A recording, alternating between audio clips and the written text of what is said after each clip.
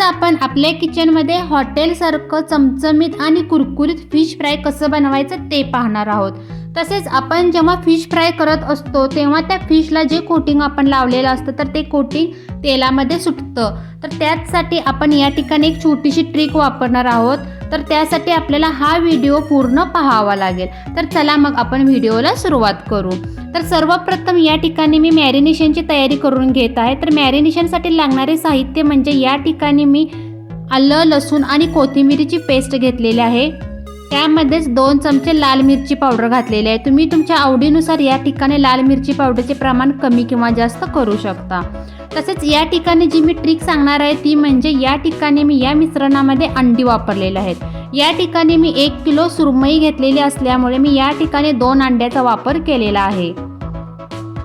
अंडं घातल्यामुळे fish fry करत असताना जे फिशचं रवा लावून आपण जो कोटिंग बनवतो तर ते कोटिंग अजिबात तेलामध्ये सुटत नाही। त्यानंतर फिशला मी हळद आणि मीठ लावून घेतलेलं आहे।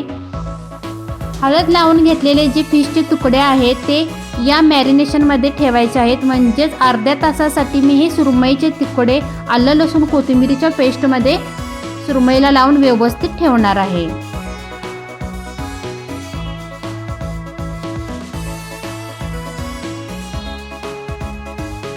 अगदी हळूवारपणे पूर्ण फिशला आलं, लसूण, कोथिंबीरीची पेस्ट लावून घ्यायची आहे। त्यानंतर या ठिकाणी मी शेवटी लिंबाचा रस वापरलेला आहे। तुम्ही या ठिकाणी कोकम किंवा आगळसुद्धा वापरू शकता 1 ते 2 चमचे। आणि हे मी 20 मिनिटासाठी मॅरिनेशनसाठी फिश ठेवणार आहे। त्यानंतर फिशच्या कोटिंगसाठी लागणारे साहित्य सांगते तुम्हाला। म्हणजेच बारीक रवा या ठिकाणी घेतलेला आहे। जर तुमच्याकडे मोठा रवा असेल तर ते तुम्ही मिक्सरला सुद्धा फिरवून घेऊ शकता।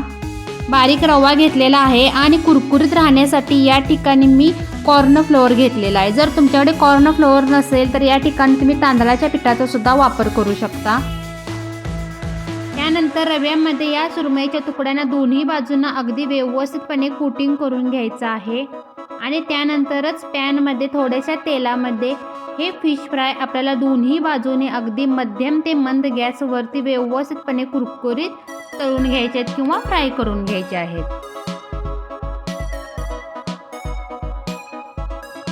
तुम्ही बघू शकता की तेलामध्ये अजिबात फिशला जे आपण कोटिंग केलेलं होतं तर ते कोटिंग अजिबात सुटलेलं नाही आहे। कारण की आपण या ठिकाणी अंड्याचा वापर केल्यामुळे जे आपण रव्याचं जे कोटिंग वापरलं होतं तर ते कोटिंग अंड्यामुळे अगदी व्यवस्थितपणे फिशला चिटकून बसलेलं आहे। त्यामुळे हे जे कोटिंग आहे ते तेलामध्ये अजिबात सुटत नाही।